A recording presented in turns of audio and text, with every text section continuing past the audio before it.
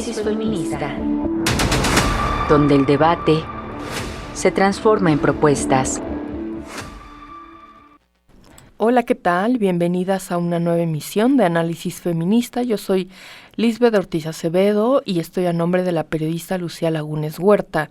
El día de hoy hablaremos sobre la demanda que enfrenta el Ceferezo 16 por violación a los derechos humanos de las internas.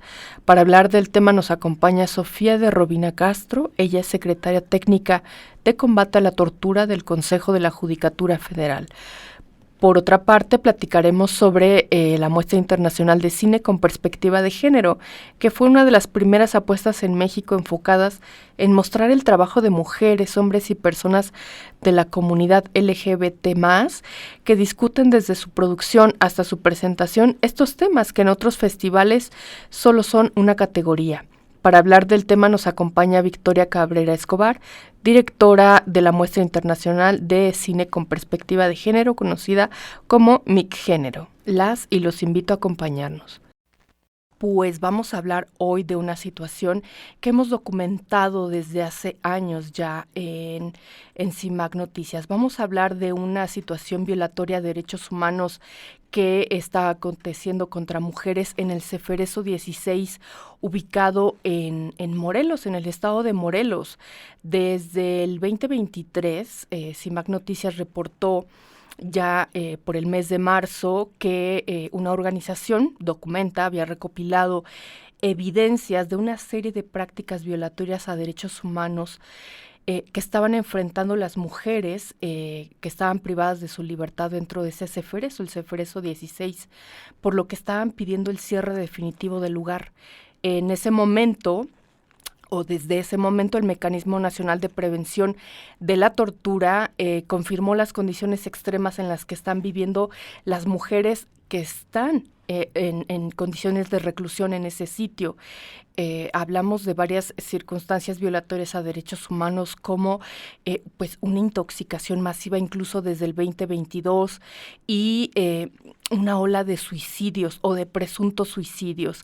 Y bueno, pues para eso vamos a hablar. Bueno, debo de decir que ahora, el pasado 5 de agosto de este año, impulsado por el Instituto Federal de Defensoría Pública, se logró que el juez 10º de distrito en el estado de Morelos declarara procedente una denuncia de incumplimiento promovido por múltiples omisiones de las autoridades penitenciarias. El juez admitió que la institución penitenciaria, Ceferezo 16, ha incurrido en inobservancia. Pero para esto vamos a hablar con Sofía de Robina Castro. Ella es secretaria técnica de combate a la tortura del Consejo de la Judicatura Federal.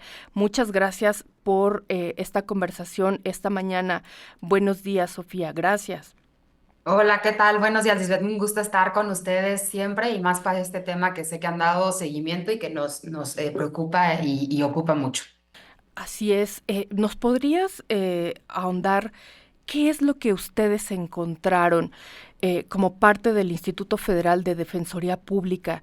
¿Qué es lo que han logrado documentar dentro del Ceferezo 16? Es decir, sí hay situaciones violatorias a derechos humanos y que desde luego que están vinculadas a un tema de tortura que están viviendo las mujeres allá dentro del Ceferezo 16. Así es, Lisbeth. Las personas privadas en libertad es uno de los temas centrales del instituto. Tenemos defensores especializados en materia de ejecución que precisamente, sobre todo a partir de la reforma en materia penal, tienen una atención particular respecto a las condiciones que viven las personas privadas de libertad, que es un tema central, que tendrían que tener todas las condiciones de dignidad que le corresponde además a las autoridades garantizar.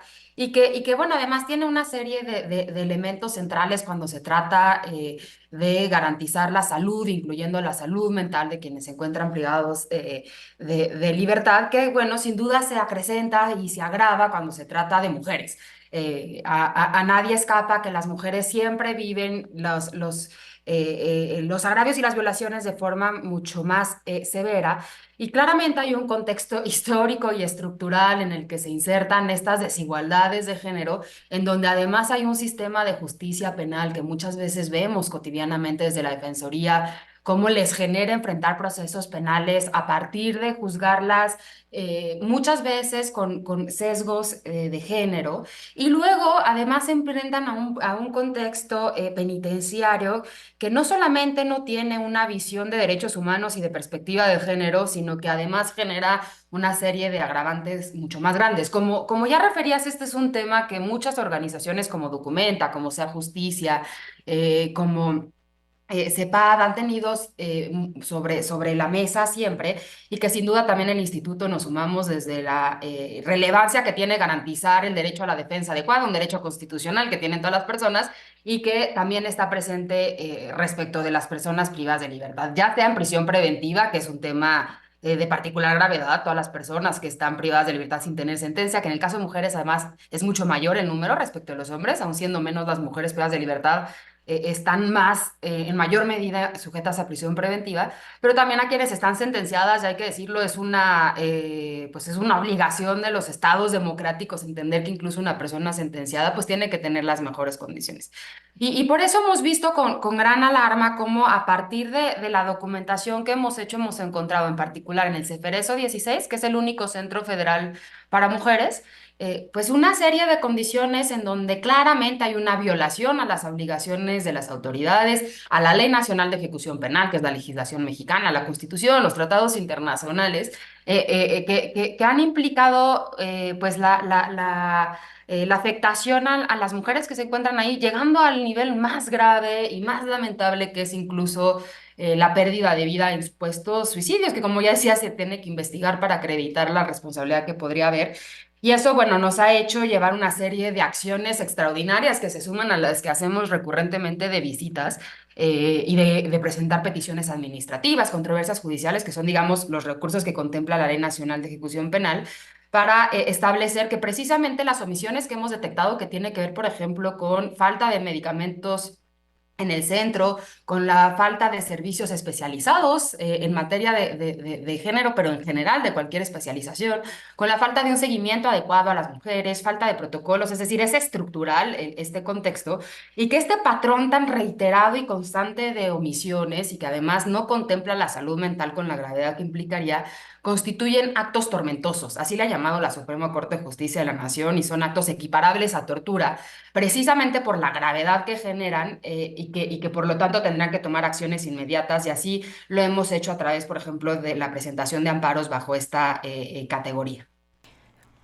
Sofía, me parece muy revelador que el juez les haya dado la razón y les haya dicho, sí, efectivamente está sucediendo algo, porque va más allá de simplemente dichos o documentaciones que fácilmente han sido denostadas en este gobierno por organizaciones de la sociedad civil.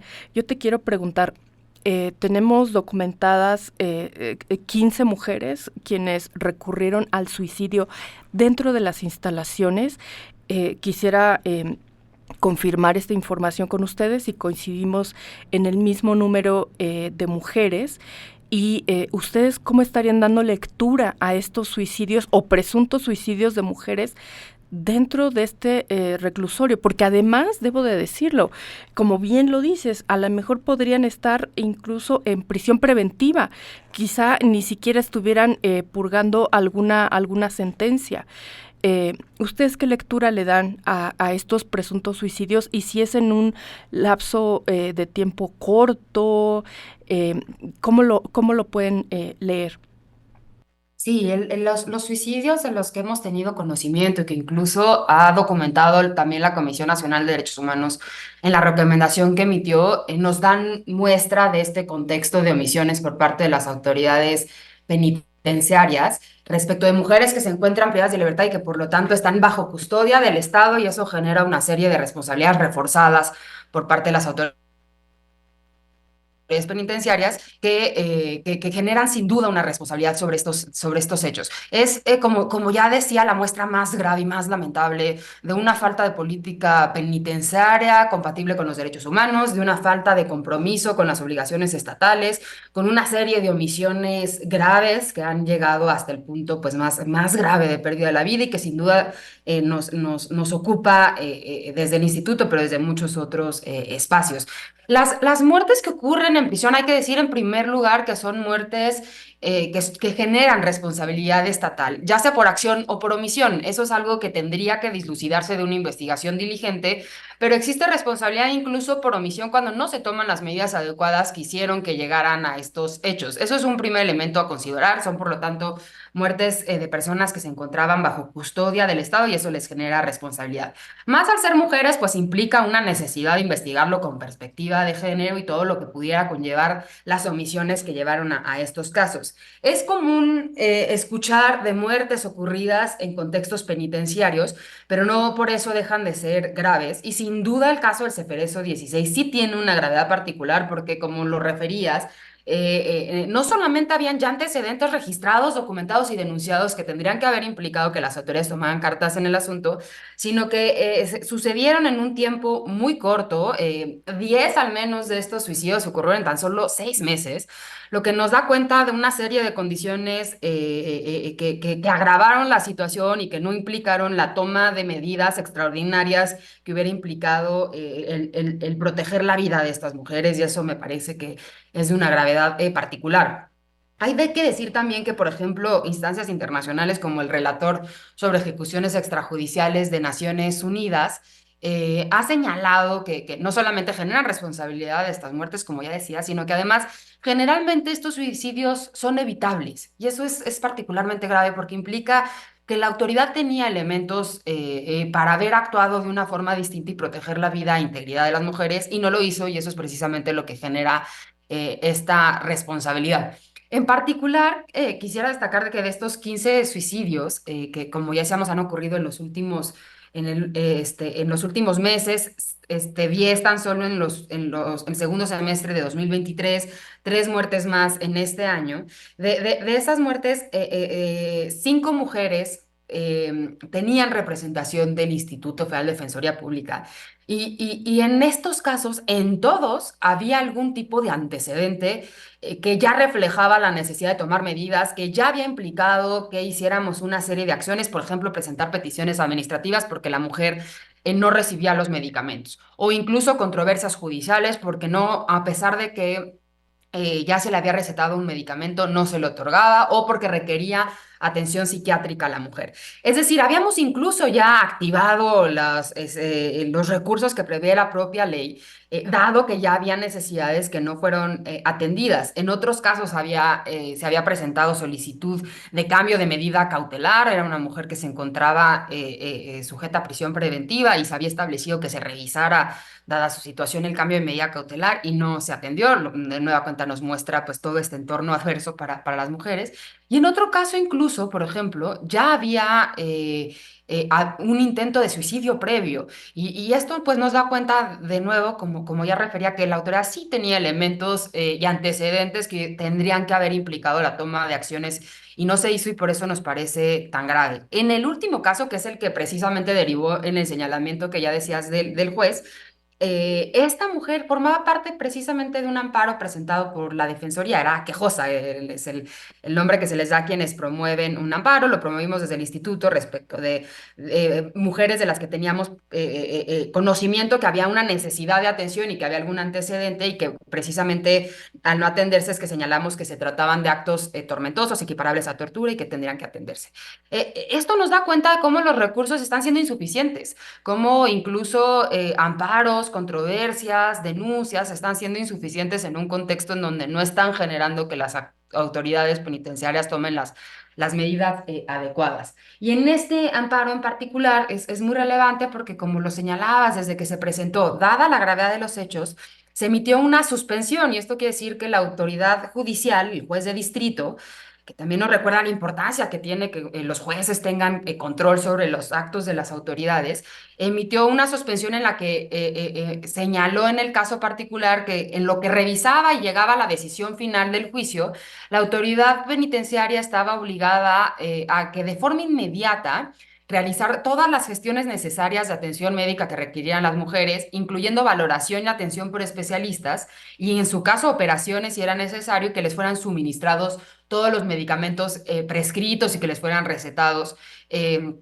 teniendo que, bueno, que atender y que informar al juzgado de estas acciones. Esta medida fue establecida desde enero de este año y implicaba que no solamente esta mujer, sino todas las mujeres quejosas tendrían que tener esta atención que el juez requirió y que al no haberse atendido, pues precisamente derivó lamentablemente en que perdiera en junio la vida esta última mujer, y estos hechos fueron los que hicimos del conocimiento al juzgado, señalando pues que no se había atendido su decisión en tanto que había resultado en esta muerte, y es por eso que señala en este, se llama incidente de defecto en el cumplimiento, que lo que hizo el juez fue valorar que si efectivamente la autoridad había tomado medidas o no. La autoridad penitenciaria envió informes, nosotros hicimos lo propio, y al final concluyó, como ya lo referías, que efectivamente hubo un incumplimiento de la suspensión y que este incumplimiento lamentablemente ya no podía subsanarse en tanto que implicó la pérdida de la vida, pero que sí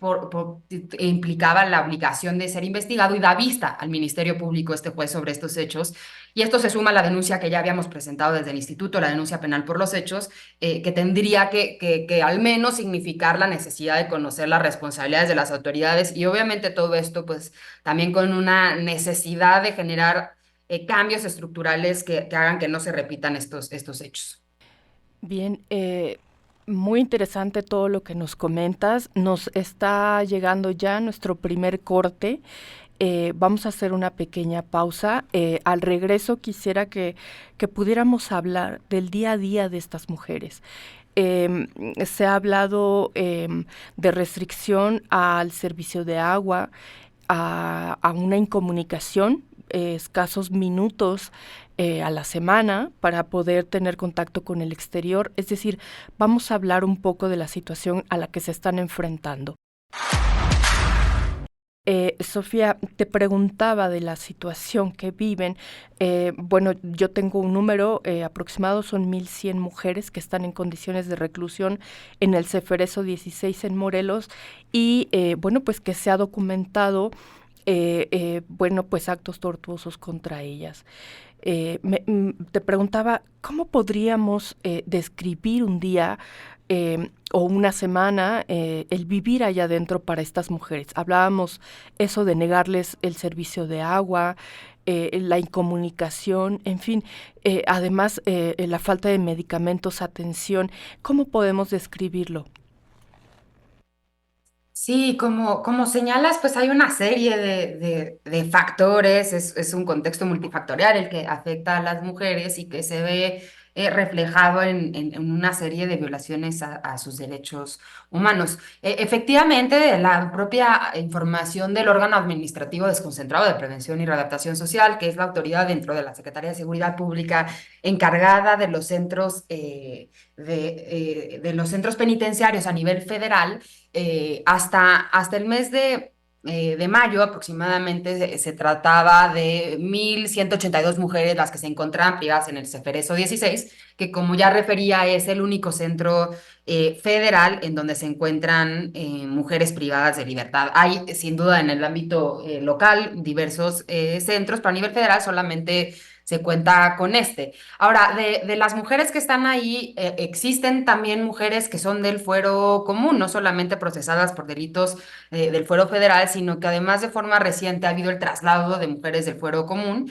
Y eso ha generado una serie de condiciones adversas, porque ha implicado que mujeres que se encuentran en un estado cuyo proceso está en un estado cuya familia y sus redes de apoyo están en un lugar determinado, sean llevadas a este ceferezo, y por lo tanto se les interrumpa toda red de apoyo que pudieran tener, y con las consecuencias que eso puede generar.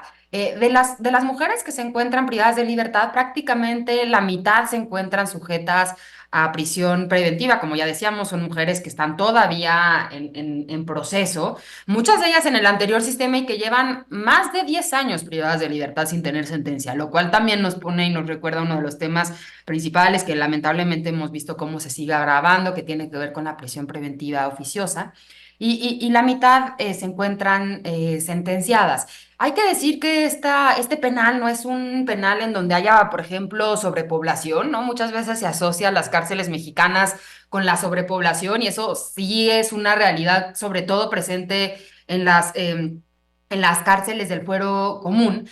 No, este no es el caso, pero atraviesa otro tipo de problemáticas que no son menores. Además, se encuentra bajo un esquema donde hay una intervención también de particulares. Es un contrato de prestación de servicios el que rige el funcionamiento de este Ceferezo, que implica que hay pues empresas que están involucradas con dar ciertos servicios, por ejemplo, como el de alimentación. Y esto ha generado una serie también de complejidades, sobre todo para revisar los diferentes tramos de control, es decir, quién es la responsable siempre es la autoridad, pero muchas veces se escuda diciendo que ciertos servicios pues son a cargo de las empresas y eso pues hace que al final se diluyan las responsabilidades para las mujeres. Y bueno, uno de los principales problemas, en particular el Ceferezo 16, que ha sido además documentado en la encuesta nacional de población privada de libertad de 2021 o por la propia Comisión Nacional de Derechos Humanos a través del Mecanismo Nacional de Prevención de la Tortura, tiene que ver precisamente con materia de salud. En la encuesta nacional, por ejemplo, de personas privadas de libertad, del EMPOL, se señalaba que la mayoría de las mujeres no recibe los medicamentos que les son recetados y en la mayoría de los casos son las propias familias, por ejemplo, las que se los tienen que llevar, generando una carga adicional para las familias y muchas veces generando que las mujeres que no cuentan con redes de apoyo pues encuentren muchas más dificultades para tener los medicamentos que les son recetados. Prácticamente la mayoría refiere, por ejemplo, que a veces reciben atención de un médico general que les señala que tienen que ser atendidas por médicos especialistas y luego esto nunca ocurre. O que les recetan un medicamento psiquiátrico, que esto es de particular gravedad, sobre todo considerando las condiciones en las que está una mujer privada de libertad y los impactos en salud mental.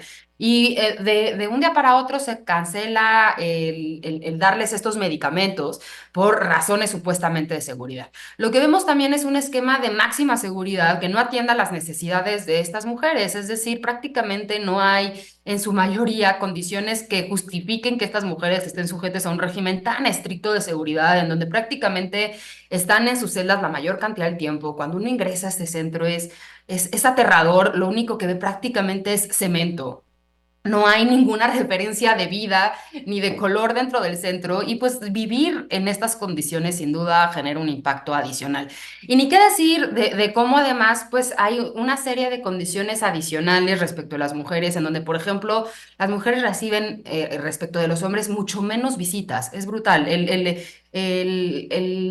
Las tareas de cuidado que generalmente están asociadas a las mujeres hace que a ellas no las cuiden, ¿verdad? No tengan contextos de apoyo. Cuando ve uno los centros penitenciarios de hombres, las filas de mujeres que están siempre encargadas del cuidado de los hombres privados de libertad, del cuidado de las familias que dejaron fuera, pues nos recuerda cómo las mujeres seguimos teniendo todos estos estereotipos y sesgos de género en donde estamos siempre a cargo de tareas de cuidado que muchas veces no son reconocidas y que generan pues agravamientos mayores. Y esto genera un entorno en donde muchas de estas mujeres están en una soledad tremenda y donde además dentro no tienen condiciones para generar pues un entorno de vida digno a través de actividades laborales que les den la posibilidad de desarrollarse, de tener ingresos, de generar mejores recursos. En el centro, en ese Ceferezo, hay solamente una empresa en la que se puede trabajar y es muy limitada la posibilidad de hacerlo. Además, hay muy pocas actividades recreativas. La Ley Nacional de Ejecución Penal prevé que se tenga que hacer para cada mujer un plan de actividades en el que se contemple las horas que van a estar destinadas a deportes, actividades recreativas, sociales, etcétera. Y prácticamente la mayoría de las mujeres, un 80% de las mujeres que generalmente entrevistados ni siquiera conocen cuál es su plan de actividades y muchas veces estas actividades están más bien sujetas a decisiones arbitrarias de las propias autoridades que las usan prácticamente como premios y castigos para las mujeres, lo que genera un entorno que pues sin duda es contrario a los estándares internacionales en la materia, pero que además agrava la salud y la salud mental de estas mujeres. El tema también, por ejemplo, de niños, niñas que se encuentran privadas de libertad es un tema central y de una gravedad particular. Eh, Aunque son pocos, son cerca de 3, 4, 5, va variando la cantidad de niños, niñas que están con sus madres, generalmente están pues en condiciones pues bastante adversas y luego cuando tienen que salir, pues generan que las mujeres tampoco se les den las posibilidades de irse adaptando a un contexto en el que les es prácticamente arrebatada su hijo, su hija y todo lo que eso implica. Entonces, las condiciones son muy adversas y como ya decías también hay un tema de alimentación que documentó en su momento el instituto, una intoxicación que vivieron las mujeres relacionado con el alimento, que además como ya decía es un servicio que da la empresa y además pues toda una serie de temas asociados a la alimentación, a las dietas que requieren las mujeres que no está atendida y que pues forman parte de este día a día para las mujeres, mientras que al mismo tiempo tienen que seguir buscando cómo dar seguimiento a sus procesos, aquellas que siguen en proceso, mientras siguen enfrentando estas acusaciones muchas veces a partir de sesgos de género, como ya refería, o muchas veces también pues con el temor de qué sucederá cuando salgan y en qué contexto van a poder retomar una vida, que es un tema que, por ejemplo, sea justicia, es muy recurrente en señalar, pues cómo tendrían que haber las condiciones de reinserción adecuadas que hoy en día no se tienen y que, pues bueno, nos muestra todo un contexto que sin duda repercute de manera particular a las mujeres. Sí, nos relatas de forma muy puntual este abandono institucional que viven las mujeres, pero no solamente institucional, sino social. Y al parecer no las queremos mirar como sujetas de derechos humanos, y es necesario ponerlo en la conversación, que son sujetas de derechos humanos. Yo te quiero preguntar, ¿han solicitado algunas defensoras el cierre definitivo de este Ceferezo 16? Eh, ¿Ustedes consideran que debería procederse a este cierre? Yo te lo pregunto porque hay una estructura violenta que finalmente no se va a lograr disuadir, porque las prácticas contra mujeres en condiciones de reclusión pues siguen siendo las mismas, pero en este momento en este lugar se concentran aún más. Yo te quiero preguntar, desde el Instituto de la Defensoría Pública, ¿estarían por el cierre del Ceferezo o nos iríamos por una situación legal a través de la Fiscalía para que las autoridades atiendan la situación?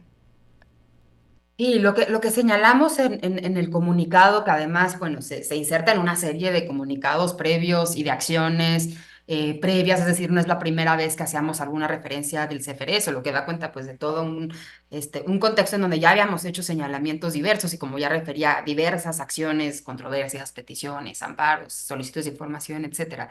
Y lo que referimos en uno de los últimos comunicados es que el fallecimiento de esta última chica en un contexto en donde, como decía, ya se había documentado por nosotras, por organizaciones, ya habíamos presentado diversos recursos, tenía un amparo presente, daba cuenta que no se estaban tomando las acciones necesarias y que si las autoridades penitenciarias no pueden garantizar la vida y la integridad de las mujeres, no pueden tenerlas privadas de libertad.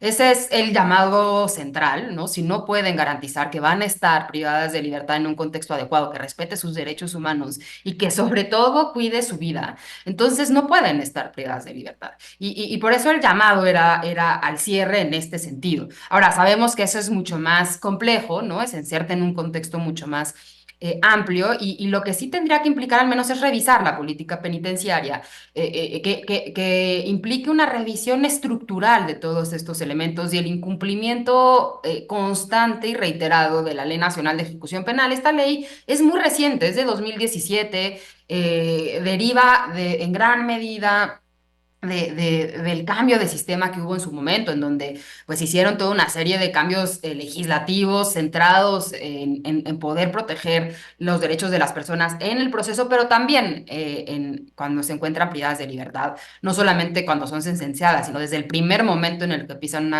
un centro federal, que muchas veces, como ya señalábamos, es por una medida cautelar de prisión preventiva.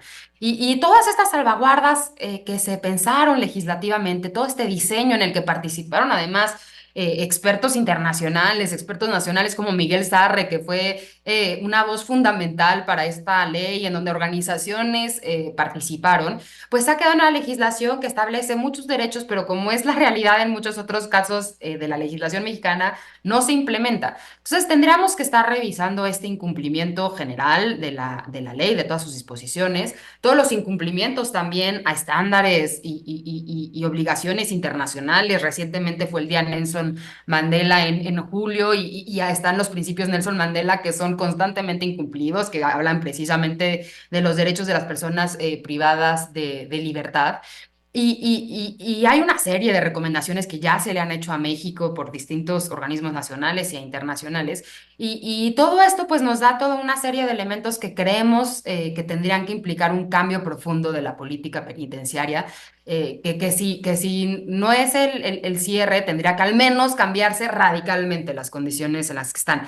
Hemos dicho, por ejemplo, también y hemos presentado controversias en este sentido, que ya no se pueden hacer traslados de mujeres de los estados en tanto no se corrija la situación. Hemos visto que muchas veces las mujeres de los estados son los que se encuentran en peor contexto de vulnerabilidad, porque como ya decía, no solamente son sacadas de su entorno, que eso también es contrario a su derecho de estar cerca de sus familias, sino que además, por ejemplo, muchas veces las dejan en un estado de indefensión, porque son procesos que son del ámbito local, en donde el Instituto Federal de Defensoría Pública no tendría de origen competencia, podría intervenir siempre que esté una mujer en un centro federal, y entonces ese sería el caso, pero pues ellas no lo saben, nosotras no sabemos cuando son trasladadas un contexto totalmente de indefensión y de no poder hacer valer sus derechos. Todas estas condiciones de traslados, de condiciones de máxima seguridad en la que están, de incumplimiento de la ley, son las que tendrán que verse de forma estructural. Si se siguen haciendo acciones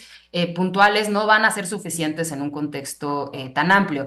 Estamos en un contexto de transición, de cambio de gobierno, y eso siempre abre la posibilidad de generar nuevas rutas y siempre será el llamado a que pueda implicar la posibilidad de revisar estos hechos y que pueda atenderse con la gravedad que significa y seguramente esperemos que así sea. Haya recomendaciones puestas sobre la mesa y esperemos que eso implique al menos la revisión de la política penitenciaria que afecta a los más vulnerables, a los más pobres, a las mujeres, y que esperemos que un gobierno que ha puesto su mirada en esos temas pues pueda voltear a ver precisamente a las personas privadas de libertad como un actor central en la política que tendría que modificarse.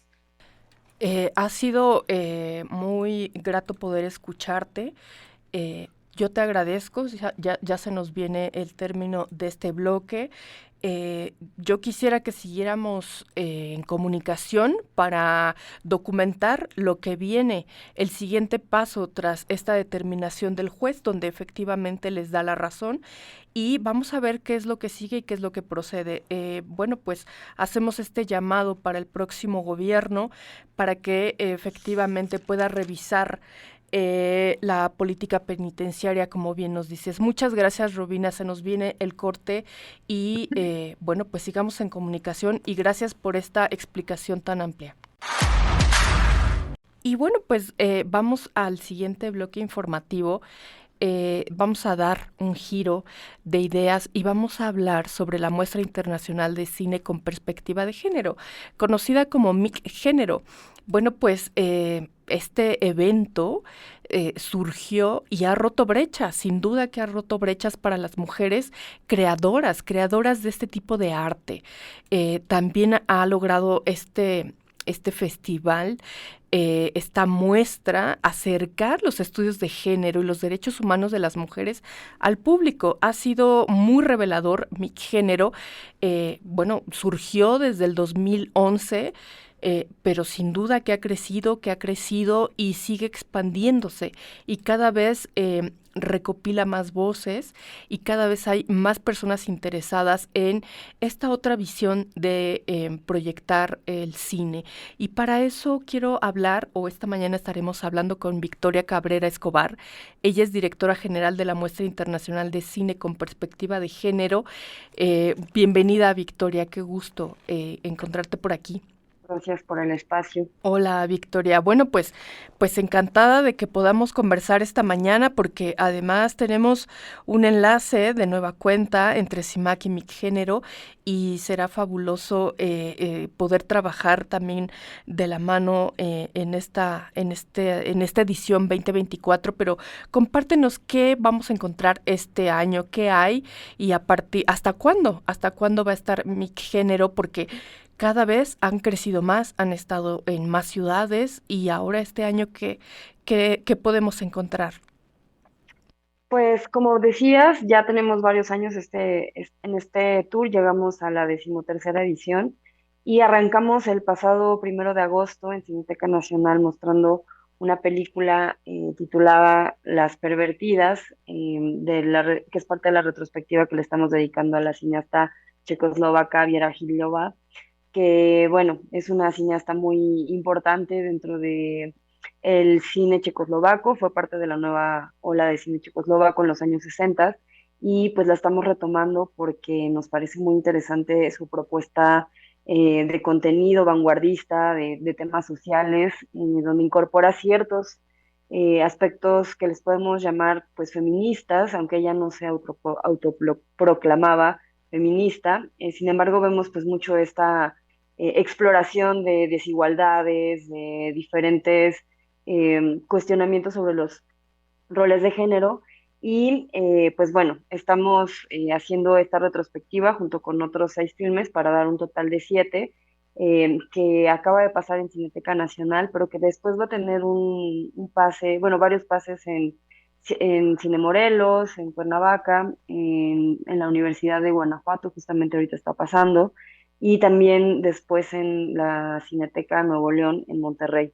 Entonces, bueno, eso es parte de la programación que tenemos este año y bueno, el objetivo de tener la retrospectiva siempre es pues retomar el cine de otras mujeres o de otros hombres que han sido pues o personas que se identifican con otro género que han sido pues importantes en la historia de la industria cinematográfica con su contenido, con su vanguardia y bueno, pues eso solamente es la parte de la retrospectiva. Tenemos 12 categorías de programación que, bueno, las seguimos retomando año con año. Sin embargo, en estas 12 categorías estamos programando cine más contemporáneo que va explorando diferentes temas que nos parecen muy interesantes atravesarlos a través de la perspectiva de género, como puede ser los derechos sexuales y reproductivos, pasando por la movilidad humana y la migración, llegando a infancias y derechos humanos. Entonces, la verdad es que son temas muy variados que en general no están referenciados a un solo género, sino que más bien los pueden cruzar todos los géneros y que sobre todo son interesantes pues verlos con esta perspectiva porque pues sí nos dan lecturas diferentes que si lo vemos de manera general, ¿no?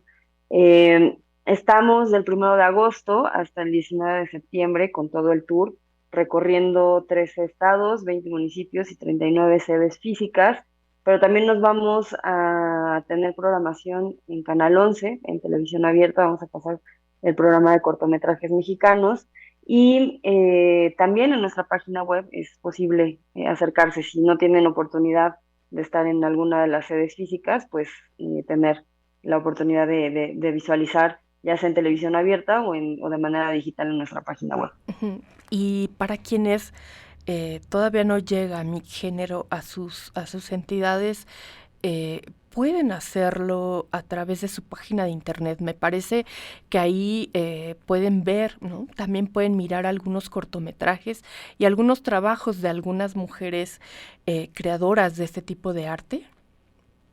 Sí, en nuestra página web existe el micrositio que se llama Mi Género TV, donde se pueden ver, bueno, se van a poder ver los 4 programas que hemos clasificado para todos los cortometrajes mexicanos que tenemos en selección oficial este año, que son 26.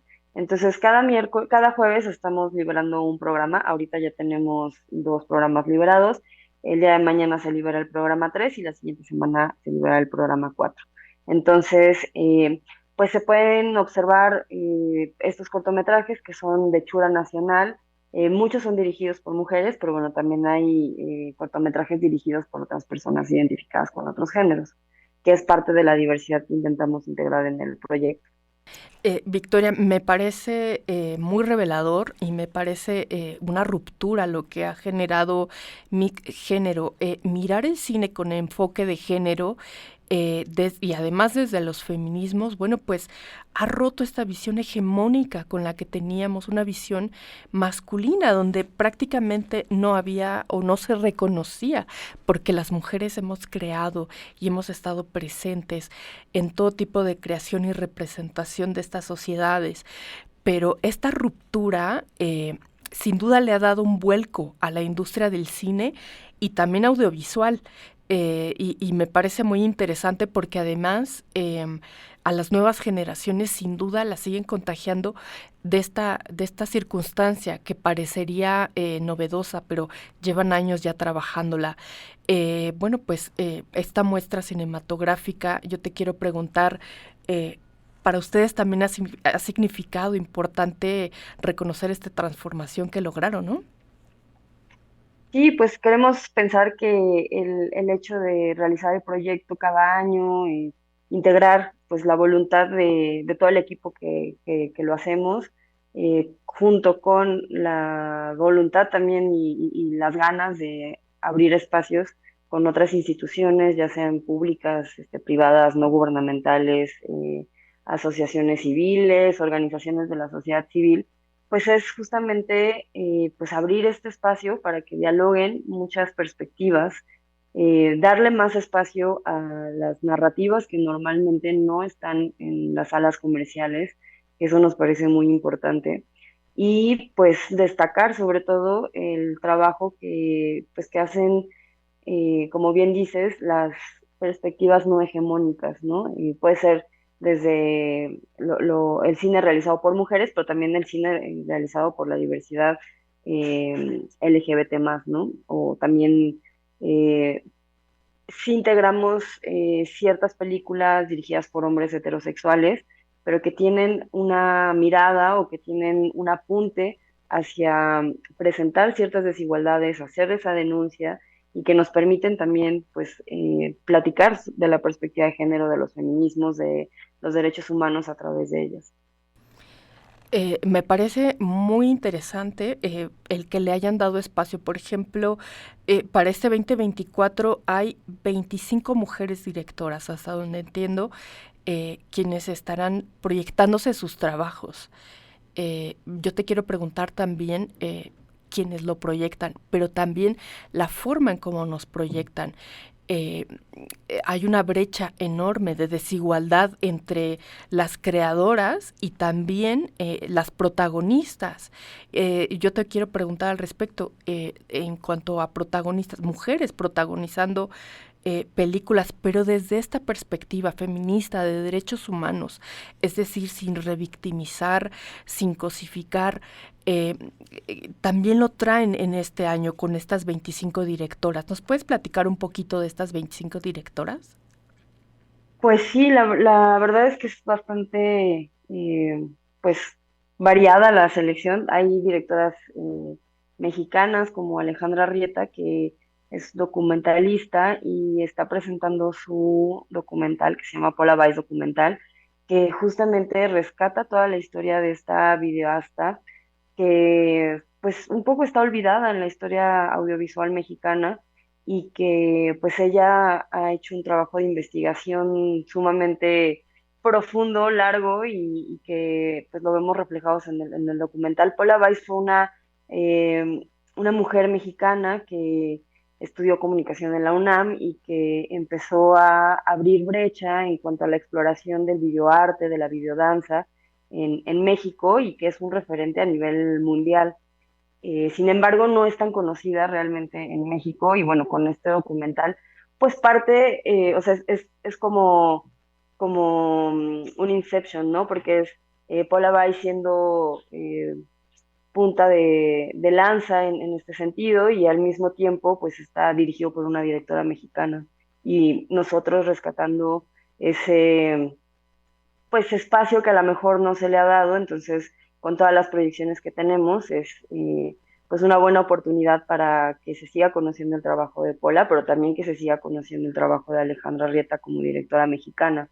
Tenemos también muchas cortometrajistas mexicanas que pues nos parecen que está bueno que pongamos este espacio para ellas, que lo aprovechen, que pues también nosotros apoyemos a que se difundan sus materiales, porque muchos de ellos, al ser cortometrajes, pues no llegan a una sala comercial, ¿no? Sino que tienen otros fines, pues mucho más, a veces pedagógicos, de rutas de festivales, pero que los contenidos son muy valiosos y que, como dices, las protagonistas están teniendo otra forma de ser representadas en la pantalla y eso es sumamente importante.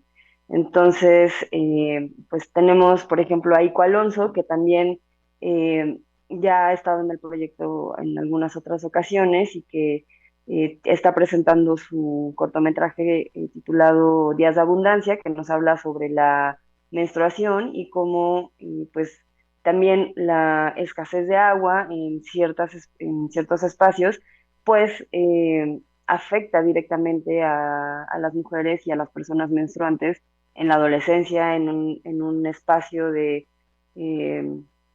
de educación, en un espacio educativo público y pues por todo lo que tienen que pasar. Entonces son temas que la verdad es que creo que a todas como mexicanas nos pueden estar cruzando y que nos podemos conectar más directamente, ¿no? También parte de hacer esta selección de cortometrajes mexicanos tiene que ver con acercar nuestros propios contextos a las personas que ven las películas, ¿no? Y que con ellos se pueda empatizar, que te puedas conectar mucho más con esos contenidos. Sí, a mí me sigue pareciendo revelador y tan necesario que mi género siga presente, siga creciendo, porque a pesar de que las mujeres en este país representan cineastas el 42%, bueno, pues no es lo mismo al momento de recibir apoyos, por ejemplo, de Fidecine, ¿no? Hasta el 2016 sabemos que pues las mujeres no recibían ni siquiera el 20% de este recurso económico. Y por el contrario, pues todo el recurso restante, es decir, casi el 80% de esos recursos han ido a hombres pues eso, en el cine. Entonces, abrir este espacio a guionistas, cinematógrafas, productoras, coproductoras, me parece absolutamente revelador. Bueno, pues yo no me queda más que invitarles y que les invitemos a que continúen. ¿Dónde podemos ver la cartelera? ¿Dónde podemos acercarnos? En la Ciudad de México, bueno, pues con contundencia lo han hecho, pero bueno, invítanos a la cartelera y desde luego que será fabuloso poder mirarlas y que con nuestra participación también sigamos rompiendo brechas. Totalmente, sí, pues invitados, invitadas, invitades a que consulten nuestra página web que es www.migénero.com. Ahí pueden descargar el programa de mano y vienen pues todas las películas que están integrando la programación del Tour 2024. Encuentran las ciudades y pues las fechas con la programación específica por día. Y pues como les decía, reiterar que pueden acceder a todo el programa de cortometrajes mexicanos a través de este micrositio que se llama Mi Género TV, es totalmente gratuito, entonces pues aprovechenlo porque me parece que también hasta puede ser un recurso académico, ¿no? Que se lo proyecten en alguna clase y después hagan su cine debate. Y bueno, también esto que te decía que tenemos transmisión a través de Canal 11 de manera pues gratuita también. Y bueno, pues en Ciudad de México, si se lo perdieron, tenemos una segunda vuelta del 2 al 13 de septiembre en el IPN, en el Instituto Politécnico Nacional. Hay programación en el Centro Cultural Jaime Torres Bodet y también en el Instituto Superior de Medicina. Entonces también son actividades gratuitas que si apenas están enterando del proyecto, pues todavía tienen chance de checar la programación, hacerse su agenda y llegar, porque son gratuitas. Ahorita todavía tenemos 2 días en Ciudad de México con actividades nada más en Cinemex Reforma Casa de Arte.